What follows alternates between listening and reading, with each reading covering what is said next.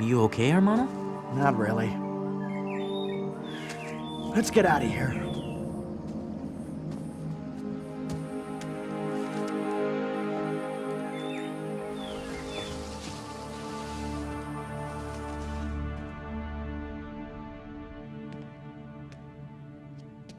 That robot really grew on you. In the end, he was more human than a lot of people. If it'd make you feel better, I could follow you around and promise to destroy you. Max, I have a surprise for you. I'm not really in the mood for surprises, bro. You're gonna love this.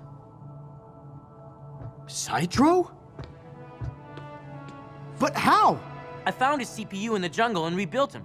Figured we could always use an extra hand. So, are we cool? Destroy Max Steel in 5, 4, 3, 2. Ha ha. Hello. Joking. You got me. Welcome to N-teck. Dad, you're back. How was your vacation? Exhausting.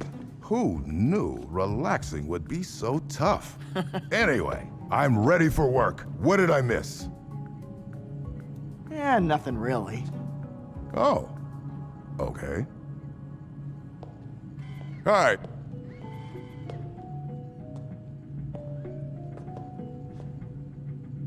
When did we get this robot?